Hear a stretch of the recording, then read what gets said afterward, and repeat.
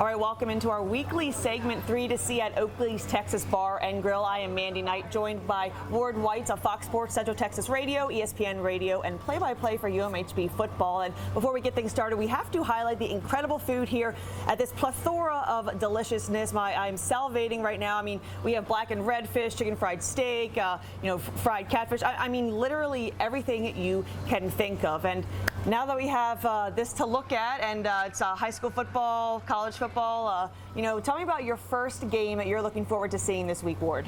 I guess we'll start with high school, and I'm looking at Temple and Magnolia West. I want to see how Temple rebounds off that loss to Westlake. Now, Westlake, a very good football team.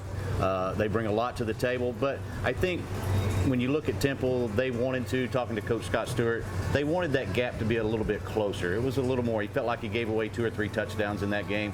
Let's see how they respond against a very good Magnolia West team. Last year they drove down there and played Magnolia West. They came out with the victory, and I think this year, let's see if they'll turn it around. I don't know that it'll be any different for the offense. They got a young quarterback. The defense is young up front. Secondary's in pretty good shape. But Magnolia West has a very good running game. If they can slow that down, I think they'll be in good shape. So how Temple rebounds, I'm very interested to see how they do that on Friday night. Oh, absolutely. And I was at that Temple game as well. And I think they made a lot of mistakes that they could easily clean up. So that'll absolutely be an exciting game to see. And I'm excited to seeing Lorena, 3A Lorena Leopards playing against 4A China Spring Cougars. So the Cougars last week, I mean, they won it in a blowout. And you look at Lorena, and they lost 27-20 against Franklin. And we know Franklin's a top-notch school, so every time there's a team that plays up to 3A to 4A, it's always interesting to see how they match up. And we know these are both traditionally, rich football programs with, Brian Bell, Ray Biles. So really looking forward to that, and of course seeing how Bowden does at quarterback once again. I think this past offseason he's grown a lot, so definitely looking forward to that one for sure. Yeah, I think that's going to be a really good matchup, and 2 teams that perennially are in the playoffs and have their sights set on the playoffs again. This is a good matchup and a good test before they get into district play. I think it's going to be a really good matchup. No doubt, no doubt. And now, looking into our second game that we are going to talk about, who are you going with? I'm going to go with UMHB and Simpson. All right. And not selfishly because I'm going to be on the call, but I think this is a really good matchup because Simpson is a team that called UMHB and said, hey, we want to figure out how we can play you guys. They only got 1 game in last year before they got shut down. We know UMHB won the conference championship last spring, so they actually got a spring season in with 5 ball games. How does that carry over for UMHB, a team that's normally pretty good anyway? Yes. But talking to Coach Fredenberg, he says that helped them essentially because they had the fall workouts, and then they also had the spring workouts, which they don't ever get to do a spring. It's not allowed in D3 to have spring football. They only get to go in shorts and t-shirts for just a little bit on the field.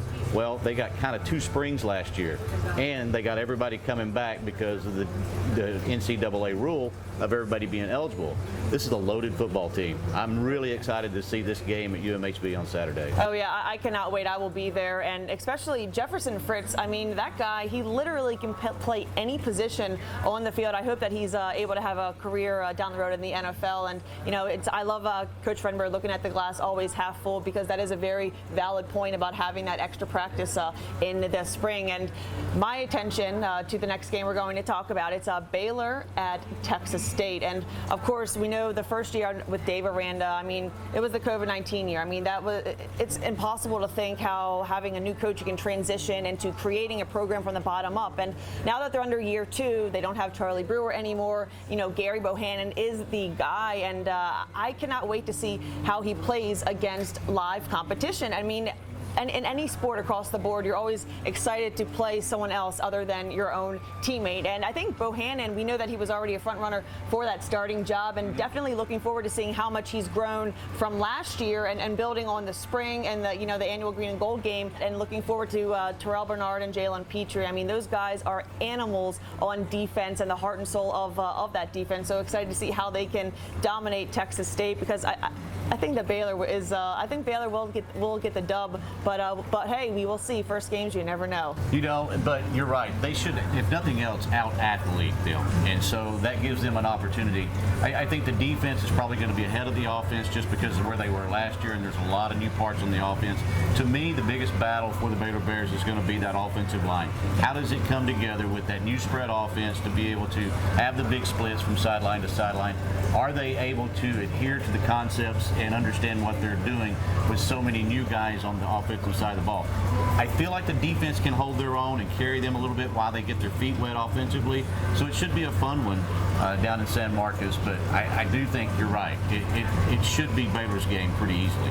Definitely. And what is your number 3 game you're looking forward to? I'm going to stay in the Big 12 with Texas Tech and Houston. Okay. I think this is a very intriguing matchup. Dana Holgorsen coming back to Texas and taking over that Houston program. Kind of tanked it his first year on purposely, it seemed like, because his quarterback went ahead and redshirted, then transferred to Miami and King. And then last year, well, we know what happened last year to everybody across the country.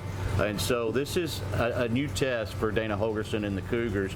And for Texas Tech, well, I think Matt Wells is probably on life support. He has got the hottest seat in the Big 12.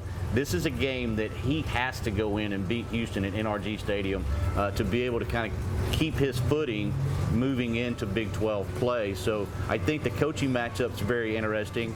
And Matt Wells goes to Sonny Cumbie with the offensive coordinator, a former quarterback in Lubbock. And so, how's that offense going to look different? Last year is very disappointing offensively for Red Raider fans. It wasn't the high air raid offense that they're used to seeing. And defense has never been a priority. It was a little bit better last year. It has to be much better this year. I think this is a real intriguing matchup. Oh, and it's an old Southwest Conference matchup too. So that makes it even better for me. Oh, absolutely. And this could be a preview of coming attractions if, let's say, if the Big 12 were to expand. Houston is a very likely candidate. They could be to come into the Big 12. So absolutely, that'll be a great matchup. And my final matchup that I'm looking forward to, it's Kent State at Texas A&M. Now, the Aggies, they were in the hunt for the college playoff last year. Sure. Only one loss on the season, just dominated their way through SEC play. And you look at yesterday, Jimbo Fisher got that monster contract, another 3 years. He's going to be making a ridiculous amount of money, and I think that he is worth it. And I think it's going to be important to start it right out the gates. Obviously, Kent State, I think it's interesting. I'm looking forward to see their defense because usually they play, I would say, with just 3 guys up front. And now that they have Kyle King as their starting quarterback, that will be a great opportunity to see how he flourishes in Jimbo Fisher's offense. And Fisher is known as a quarterback whisperer, and it was a very tough and a very grinding out quarterback battle at Texas A&M. And Jimbo Fisher said that he went with King because his style of plays is more of that. He has that run option, and he's not just a sit in the pocket type guy, which is similar to Kellen Mond. So excited to see that matchup, and I always enjoy watching the Aggies, especially when they're down at Kyle Field, because that atmosphere is electrifying. It's what college football is all about. Yes. You get the electricity at Kyle Field, and so many fans, and the Aggies in there, and they get loud, and the band starts playing. It's a great place to watch college football. If you're a college football fan, you've got to at least put that on your bucket list to go watch a game there at Kyle Field. But I'm right there with you. I'm real interested to see where Kyle King, how he adapts to the game of college football. I think he's going to be really, really good. Got to call a couple of his games in high school. Okay. And he was a very, very good high school quarterback. And, I think that, him stepping into the role at A&M, sometimes you worry about the moment being too big for players in that situation. I don't think it's too big for King. I think he's going to do very, very well at A&M.